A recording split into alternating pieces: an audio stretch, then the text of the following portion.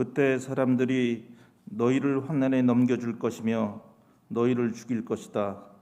또 너희는 내 이름 때문에 모든 민족에게 미움을 받을 것이다. 또 많은 사람이 걸려서 넘어질 것이요 서로 넘겨주고 서로 미워할 것이다. 또 거짓 예언자들이 많이 일어나서 많은 사람을 홀릴 것이다. 그리고 불법이 성하여 많은 사람의 사랑이 식을 것이다. 그러나 끝까지 견디는 사람은 구원을 얻을 것이다. 이 하늘나라의 복음이 온 세상에 전파되어서 모든 민족에게 증언될 것이다. 그때야 끝이 올 것이다. 참 좋으신 우리 주님의 은총과 평강이 교회 여러분 모두와 함께 하시길 빕니다. 전쟁의 포성 밑에서 평화를 꿈꾸는 사람들, 또 산불의 공포 때문에 어찌할 바를 몰라하는 모든 이들도 주님이 큰 손으로 그들을 지키시고 보호하여 주시기를 간절히 바랍니다. 지금 우리는 사순절 순례의 여정을 떠났습니다. 수요일 예배로부터 우리가 시작된 40일의 여정을 지속하면서 우리는 세 가지를 마음속에 다짐하고 있습니다. 자선을 실천하는 것, 또 하나님과의 깊은 교제로서의 기도를 생활화하는 것, 그리고 금식으로 표상되고 있는 절제하는 삶을 연습하는 것, 이것이 사순절 동안 우리에게 주어져 있는 하나의 목표라고 얘기할 수 있겠습니다. 동시에 사순절을 통해 우리가 깊이 깨달아야 하는 것은 인간의 삶이 얼마나 유한한지를 자각하는 것. 내 삶은 소중하게 이를 데 없지만은 그럼에도 불구하고 하나님의 도우심 없이는 언제라도 무너질 수밖에 없는 존재라는 사실을 깊이 자각하고 그래서 겸허함을 얻게 되고, 그러나 동시에 나는 연약하지만은 하나님의 신비한 사랑 속에 있기 때문에 내 삶이 얼마나 귀중한지 모른다라는 것을 깨닫는 복된 시간이 되었으면 좋겠습니다. 주님께서 십자가의 처형이 예정되어 있는, 예상되는 예루살렘을 향해 굳이 나아가신 까닭은 죽음을 기뻐했기 때문이 아니라 세상 앞에 죽음을 통해 증언하고 싶은 내용이 있었기 때문입니다. 그것은 무엇일까요? 세상에 있는 모든 존재는 그 자체로 존중받아야 할 아주 귀한 생명이다라는 것이 첫 번째일 거고, 세상은 불악 가운데 있지만은 하나님이 정말로 원하는 세상은 모든 사람들이 서로를 존중하면서 평화롭게 공존하는 세상, 바로 그것이 하나님이 기뻐하시는 세상임을 몸으로 증언하기 위해서였음을 우리가 알 수 있습니다. 미국의 학자인 제레미 리프킨은 인류의 역사를 가리켜 인간의 공감이 확대되어가는 과정이라고 말한 바 있습니다. 처음에 그 얘기를 들었을 때는 과연 그러한가 하는 생각이 들었습니다. 이전에 비해서 사람들이 더 거칠어진 것처럼 보이고 이기심이 증대되고 있는 것처럼 보였기 때문입니다. 그러나 그의 말을 듣고 보니 그 말에 일리가 있었습니다. 과거에 사람으로, 시민으로 취급받지 못하던 사람들이 인간으로 대접받는 세상이 점점 열리고 있고, 이전에 반시민 취급을 받고 있던 사람들이 존엄한 인격으로 인정받고 있기도 한 것이지요. 이전에 정말 천대받고 있던 여성들이 존엄한 주체이고 남성과 동일하다고 하는 사실을 점점 사람들은 인식하기 시작합니다. 세상 도처에서 벌어지고 있는 고통 앞에서 사람들은 이제 실시간으로 그 고통들을 바라보면서 어떻게든지 고통의 문제를 덜어주기 위해 마음을 모으기도 합니다. 그렇게 보면 인류의 역사가 공감이 확대되어가는 과정이라고 하는 그 말 옳은 얘기입니다. 옛날에 비하면은 인권의식이 말할 수 없이 증대되었다고 우리가 말할 수 있겠죠. 여전히 세상은 폭력이 성행하고 있고 전쟁과 테러가 많은 세상이기는 하지만, 그럼에도 불구하고 우리는 세상이 점점 좋은 쪽으로 가고 있다고 믿고 싶은 마음이 우리에게 있습니다. 성경은 끊임없이 하나님이 창조하신 세상이 정의와 공의의 토대 위에 세워져야 한다고 말합니다. 끊임없이 그런 말을 한다는 얘기는 세상은 끊임없이 정의와 공의를 무너뜨리는 방식으로 운영될 가능성이 있기 때문에 그러합니다. 하나님의 꿈을 가슴에 품고 산다고 하는 것은 그렇기 때문에 그 정의와 공의로운 세상을 열기 위해 노력해야 함으로 의미하는 것이죠. 이게 무엇보다도 소중합니다. 그러기 위해 해야 할 일은 무엇일까요? 자기 목소리를 갖지 못한 사람들의 목소리가 되어주는 이들이 늘어나야 합니다. 세상에서 천대받고 고통받는 사람들의 살 권리를 회복하기 위해 투쟁하는 사람들이 늘어나야만 합니다. 그래야 합니다. 그런가 하면은 다른 이들에 비해서 더 큰 권력을 가지고 자기 혼자 많은 것을 누리고 살고 있는 사람들의 힘을 약화시켜야 합니다. 이것이 제도 속에 정착되어야 합니다. 그래야 정의와 공의로운 세상이 우리에게 열리게 될 것이기 때문에 그렇습니다. 예수님이 공생애를 시작하시면서 당신이 태어나신 곳인 나사렛 회당에 들어가셔서 회당장에게 이사야서의 말씀을 전해달라고 하고 거기에 나오는 말씀을 통해 당신의 사명으로 선언하셨음을 우리가 알 수 있습니다. 가난한 사람들에게 복음이 전파되고 그리고 포로된 사람들에게 해방을 선포하고 그리고 앞을 보지 못하는 눈먼 사람들이 다시 보게 되고 억눌린 사람들에게 자유가 주어지는 그 세상을 주님은 꿈꾸셨고 결국은 당신의 존재 자체가 하나님의 은혜의 해를 입증하는 것이 되기를 소망하셨습니다. 바로 이것이 예수 그리스도의 꿈이었습니다. 여러분, 그렇다고 한다면 그 꿈은 우리의 꿈이 되어야만 합니다. 러시아의 침공을 받은 우크라이나가 풍전풍화와 같은 위기 속에 처해 있습니다.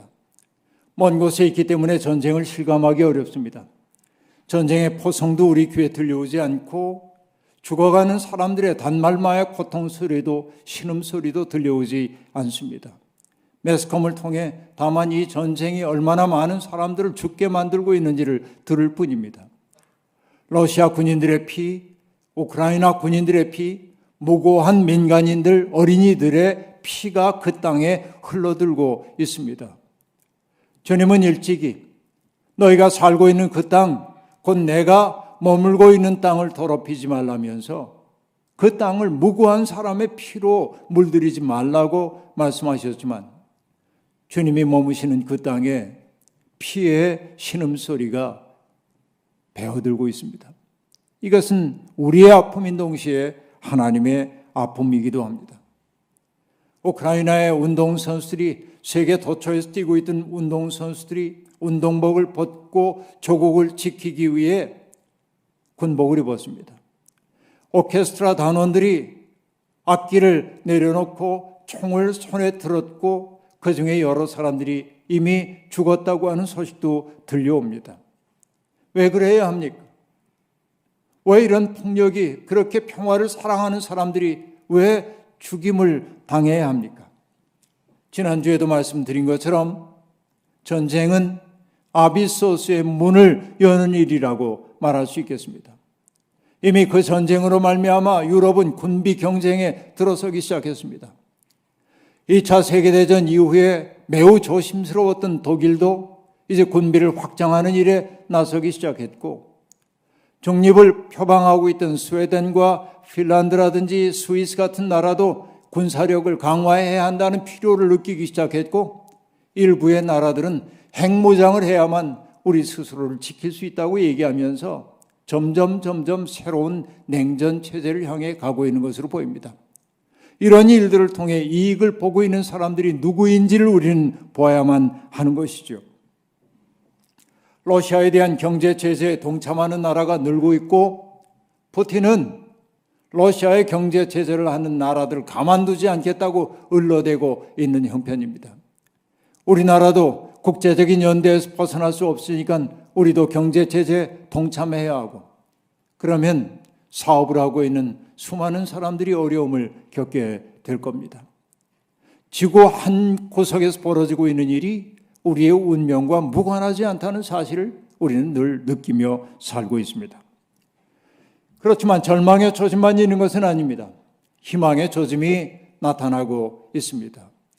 러시아에서도 푸틴의 전쟁에 반대하는 시민들이 광장으로 나와서 전쟁 반대한다고 조직하고 자신들의 의사를 표현하고 있는 것이죠.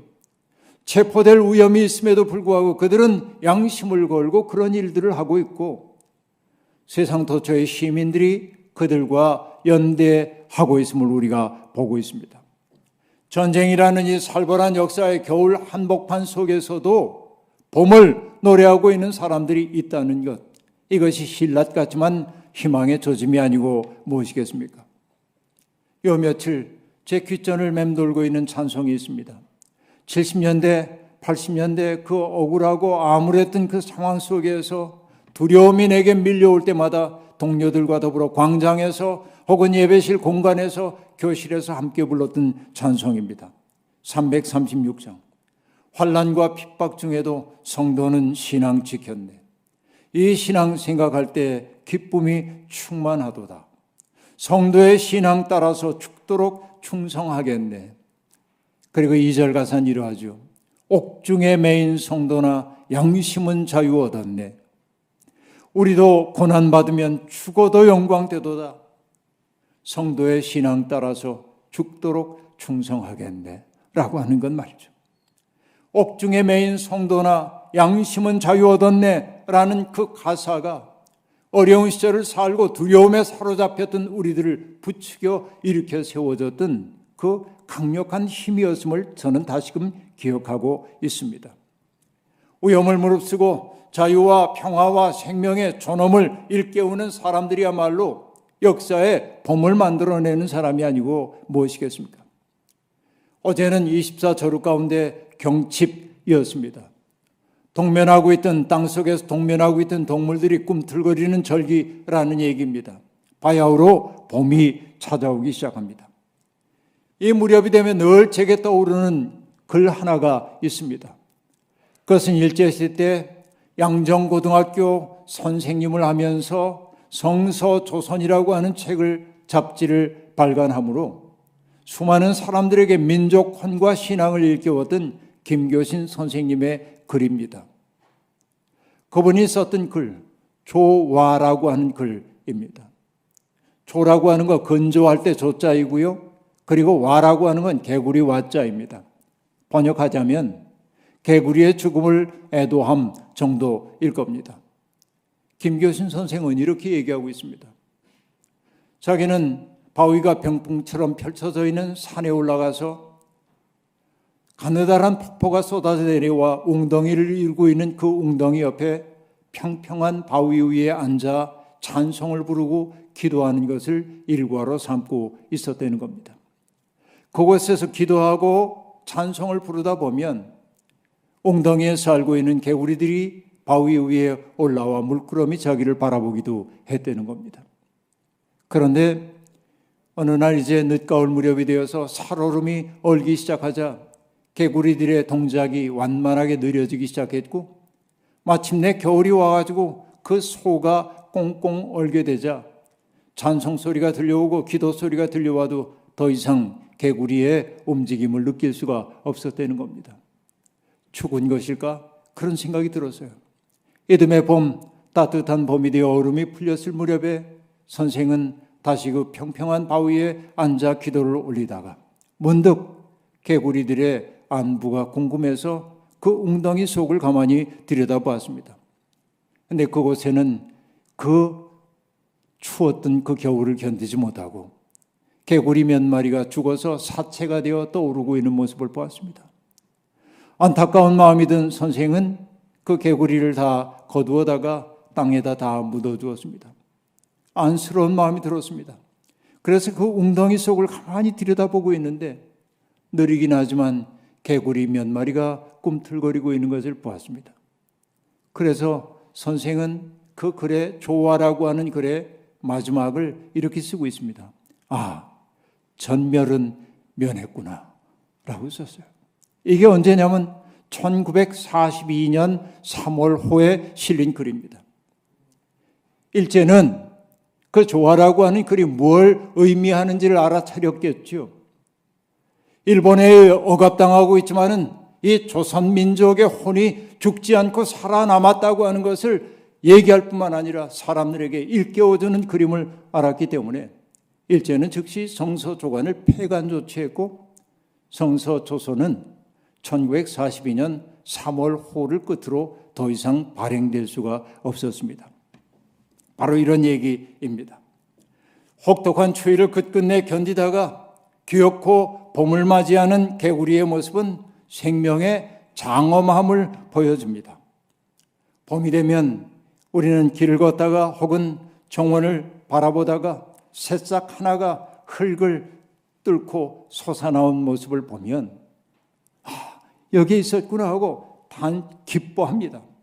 굳은 대지를 뚫고 돋아난 새싹은 여리지만 강력합니다. 전쟁, 폭력, 테러가 아무리 판을 쳐도 인간의 불꽃, 양심의 불꽃이 가녀릴망정 타오르고 있다고 한다면 세상은 여전히 희망이 있다고 말할 수 있겠습니다. 자유를 지켜내기 위해 죽음의 위협이 도사리고 있는 그 현장에 나아가 나는 반대요 라고 외치는 그 사람들이야말로 인간 정신의 숭고함을 고스란히 보여주고 있습니다. 이게 희망입니다. 그래서 우리는 간절히 하나님 앞에 기도합니다. 상한 갈대도 꺾지 않으시고 꺼져가는 등불도 끄지 아니하시는 하나님께서 저 희망의 불꽃 꺼지지 않도록 지켜달라고 기도하지 않을 수 없는 것이죠. 내가 오늘 평안하다고 기도조차 없이 이 상황을 맞이할 수는 없는 것이죠. 여러분, 정말로 그러합니다. 지금은 위기의 시간입니다. 예수님은 두려움 속에 나날을 살아야 하는 그 제자들을 바라보면서 안쓰러워 하셨습니다. 그리고 그 제자들에게 말씀하셨습니다. 누구에게도 속지 않도록 조심하여라. 속지 않도록 조심하여라. 여러분, 혼란의 시대일수록 속이는 자들이 많이 등장합니다. 예수님 때도 그러하였지만 오늘도 역시 마찬가지입니다. 구원자를 자칭하며 사람들을 미혹하는 무리들이 아주 많이 있습니다. 주님은 그래서 말씀하십니다. 또 거짓 예언자들이 많이 일어나서 많은 사람들을 홀릴 것이다. 그리고 불법이 성하여 많은 사람의 사랑이 식을 것이다 라고 말합니다. 그 거짓 예언자들, 그들이 어떻게 사람들의 마음을 사는지 여러분 아시죠? 여러분, 내 속에 든든함이 있는 사람들은 거짓 예언자들에게 안 넘어갑니다. 대개 자기 마음 속에 헛헛함이 있는 사람들, 뭔가 토대가 무너진 것 같은 사람들이 넘어가기 쉬운 겁니다. 불확실한 세상살이에 지친 사람들, 그리고 도무지 열리지 않는 인생의 문 앞에서 울고 있는 사람들, 세상과의 모든 인연이 끊어진 것처럼 외로움 속에 있는 사람들에게 그들은 다가가 친절한 말을 하고 그리고 그들에게 필요한 것들을 제공해 주는 것처럼 이야기하는 것이죠. 미혹된 이들은 그들과의 만남을 통해 고향에 온 듯한 느낌을 받기도 합니다. 따뜻하기 때문에 그렇습니다.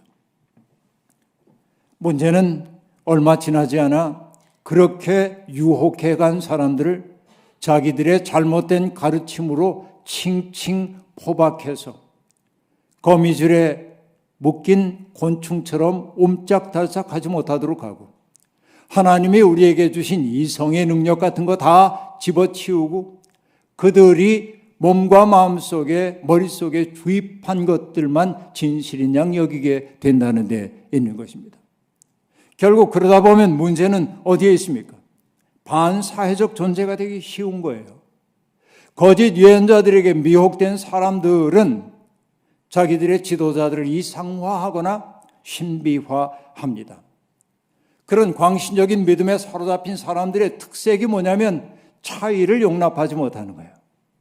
나와 다른 방식으로 믿는 사람들은 다 틀렸다고 도외시하고 공격하는 거예요. 근본주의가 폭력적인 까닭은 자기만 옳다고 생각하기 때문에 그렇습니다. 결국 그들의 그런 태도는 어떤 결과를 빚어냅니까? 가족들과 불화하게 만들고 그리고 반시민적 삶 속으로 그들을 몰아넣는 거예요. 여러분, 그래서 저는 정말 얘기합니다. 사람들의 영혼을 미혹하여서 자기들이 원하는 대로 움직이게 만드는 그들은 악마적 존재들입니다. 분명하게 말할 수 있습니다. 참된 종교는 사람들을 절대로 조종하지 않습니다. 오히려 뭔가에 사로잡혀 있는 사람들을 해방하여 자기의 삶의 주인이 되도록 만드는 거예요. 이게 참 종교가 하는 일입니다. 참 종교는 해방합니다. 거짓 종교는 사람들을 묶습니다.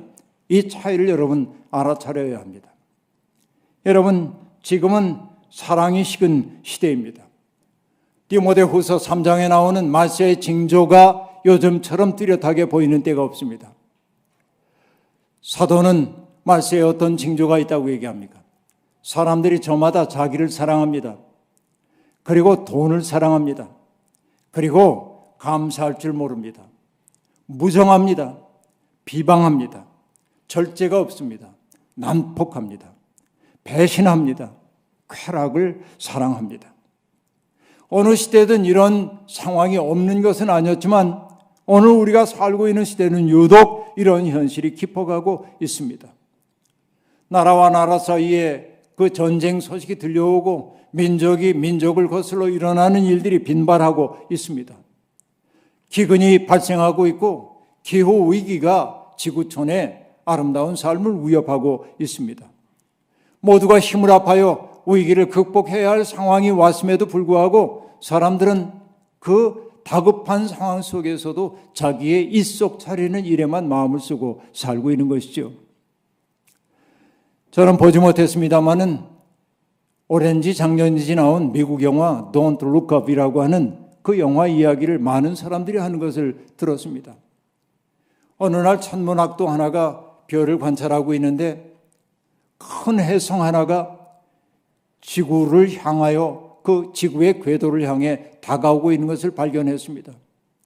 그 혜성과 지구가 충돌하면 지구의 멸망이 올 수밖에 없는 그 다급한 상황입니다. 그래서 그는 교수와 더불어서 언론에도 알리고 정치권에도 알립니다. 그러나 누구 하나 그들의 이야기를 귀담아 듣는 이들이 없어요. 책임 있는 자리에 있는 사람들이 뭐라고 얘기하냐면 기다리며 상황을 지켜보자라고 얘기하는 겁니다. 오히려 사람들의 시선이 하늘을 향하지 못하도록 하면서 정치인들은 자기들의 정치적 야욕을 채우기 위해서 사람들을 눈을 가리고 있는 것이죠. 여러분, 바로 이게 우리 시대의 실상을 적나라하게 보여주고 있는 것 아닙니까? 이런 시대입니다. 믿음의 사람으로 산다는 건 어떤 의미입니까? Don't look up이 아니라 우리가 look up 해야 돼. 위를 바라봐야 돼. 하늘에 길을 묻는 사람이어야만 합니다. 환난에 대할수록 예수 정신을 올곧게 붙드는 사람이 많아져야 합니다. 예수 정신은 한마디로 얘기하면 십자가 정신입니다. 십자가는 너를 살리기 위해 내가 사서 고생하는 거예요. 우리가 예수를 믿는다고 하는 건 뭐냐면 사서 고생하는 사람이 되는 거예요. 고생 그 자체가 좋아서가 아니라 다른 사람들을 복되게 하기 위해 사서 고생하는 게 예수 믿는 마음이란 말이지요. 그러기 위해서는 여러분 타인들의 고통을 상상할 수 있는 능력이 있어야 합니다. 누군가를 비난하기에 앞서서 그가 왜 아픔을 겪고 있는지를 보기 시작해야 하고 그 아픔을 덜어주기 위해 사랑의 수고를 다해야 하는 것이죠. 그래야 우리는 그리스도를 닮은 사람이라 말할 수 있겠습니다. 여러분, 우리가 GDP가 높아졌다고 선진국이라고 얘기하고 있지만은 산업의 현장 속에서는 여전히 끓는 물 속에 빠져 죽기도 하고 짐에 치여 죽기도 하고 너무나 많은 산업재해로 생명을 잃는 사람들이 늘어나고 있습니다. 절망의 벼랑 끝에서 견디다 못해 죽음을 선택하는 사람도 많이 있습니다. 이것이 우리 사회의 아픔이고 아픈 상처입니다. 무정해졌습니다.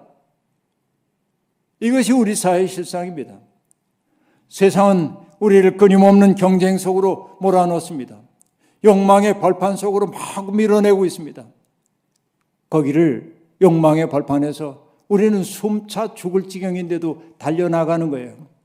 끝없이 뭔가를 획득해야 한다고 얘기하고 있기 때문에 그렇습니다. 발터 베냐민이라고 하는 학자는 이 자본주의를 뭐라고 얘기하냐면 판타스마고리아라고 얘기한 바 있습니다. 판타스마고리아라고 하는 것은 환등상 혹은 주마등이라고 번역될 수 있는 말입니다. 가운데 중심이 있고 거기에 묶여있는 말들이, 종이말들이 이렇게 띄고 있는 모습이 바로 주마등이죠. 돌아가는 거죠. 휘황한 불빛이 주마등을 비추고 있는 것이죠. 그런데 어떻습니까? 전에 봤던 그 말이 지금 내 앞에 또 돌아오는 것 아닙니까?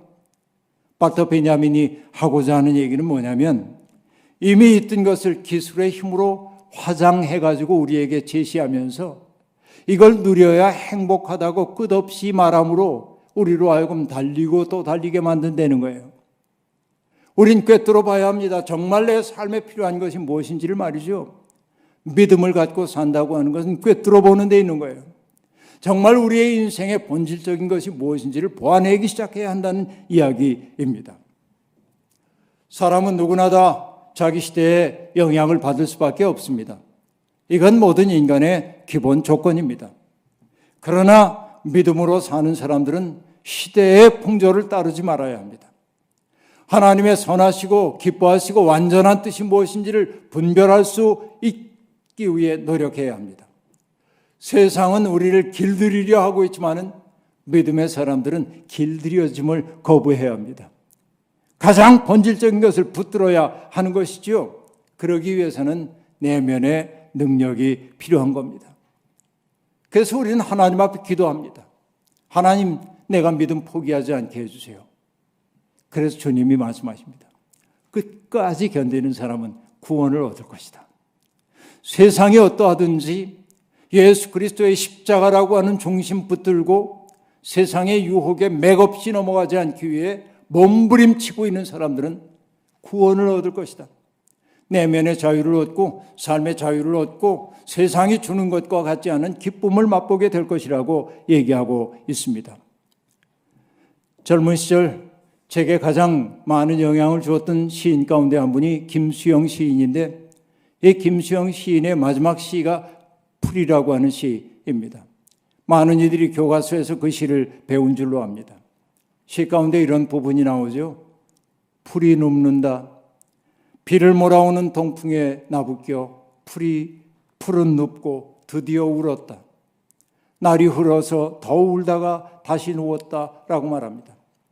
바람 때문에 풀이 직립할 수 없는 것 같은 그 바람이 풀에게 적대적인 것처럼 보입니다. 그러나 시가 얘기하고자 하는 것은 그게 아닙니다. 바람은 풀을 세차게 흔들지만은 또 동시에 보면 그 바람 때문에 풀은 더 뿌리를 깊게 내리고 그 바람이 세차게 흔들기 때문에 아름다운 꽃들을 피워내는 것 아닙니까? 그래서 인생에 시련 없기를 바라면 안 됩니다. 이 시의 마지막 연은 이렇게 되어 있습니다. 바람보다 늦게 누워도 바람보다 먼저 일어나고 바람보다 늦게 울어도 바람보다 먼저 웃는다. 날이 흐르고 풀뿌리가 녹는다. 눕다와 일어서다가 울다와 웃다가 마주 보고 있음을 볼 수 있습니다. 삶이란 이런 것 아닐까요? 시련의 시간이 있지만은 거기에 사로잡히지 않고 다시 일어나 생명을 이어가고 눈물의 시간이 다가오지만은 눈물에 가라앉아 버리지 않고 오히려 그 속에서 웃음의 계기를 만들어내는 것 말입니다. 믿음의 사람들은 그렇기에 절망의 시간에도 희망을 노래해야 하고 인정의 벌모지에도 사랑의 씨를 심어야 하고 전쟁의 땅에서도 평화를 선택할 용기를 가져야 합니다. 바로 이것이 하늘나라의 복음입니다. 나는 아무것도 하지 않아도 저절로 평안한 세상이 내게 올 거라고 믿는 것은 환상에 지나지 않습니다. 하늘나라 복음은 내 인생의 조건이 제 아무리 열악하다 해도 그 속에서 기어코 희망을 향하여 고개를 들 줄 아는 데 있는 겁니다. 우리는 낡은 시대 정신에 사로잡혀 사는 사람 아니라 새로운 세계를 바라보며 사는 사람입니다. 3.1 독립선언서에 나오는 얘기, 힘의 시대는 갔습니다. 도의의 시대가 열렸습니다. 침략주의, 강권주의는 청산되어야 할 낡은 유산에 지나지 않습니다. 독립선언서 한글 번역본은 이렇게 얘기합니다. 얼어붙은 얼음과 찬눈에 숨도 제대로 쉬지 못하는 것이 저 한때의 형세라 하면, 화창한 봄바람과 따뜻한 햇볕에 원기와 혈색을 떨쳐 펴는 것은 이 한때의 형세입니다. 우리는 저 한때의 형세에 속한 사람 아니라 이 한때의 형세에 속한 사람들입니다. 믿음으로 산다는 것은 바로 그러한 것입니다. 겨울과 같은 세상 한복판에 봄을 선구하는 사람이 되는 데 있는 겁니다. 지치지 않으려면 지금 여러분 옆에 있는 동료들을 신뢰해야 합니다. 나는 넘어져도 내 동료가 다가와 나를 기다려주고 일으켜 세워줄 것임을, 나는 외로운 것처럼 보여도 저만치에 나와 같은 뜻을 품고 하나님 나라를 위해 애쓰는 사람이 있다는 사실이 우리에게 힘과 용기를 줄 것이기 때문에 그렇습니다. 7번 넘어질 수 있습니다. 그러나 7번 일어서면 됩니다. 지향을 바로 하면 됩니다. 이게 끈질긴 희망입니다. 주님의 부활을 믿는다고 하는 것은 바로 이러한 사실을 체득하고 살아가는 것입니다.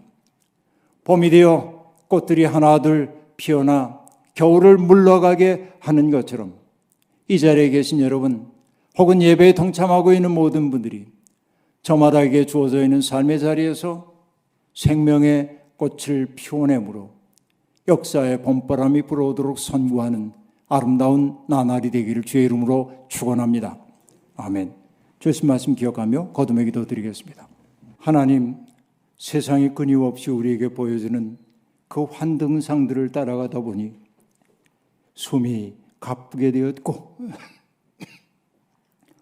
우리의 마음은 불모지처럼 변해버리고 말았습니다. 주님은 그런 우리를 불쌍히 여기시고 당신의 백성으로 삼아주시면서 하늘의 호흡을 우리 속에 불어넣어 주셨습니다.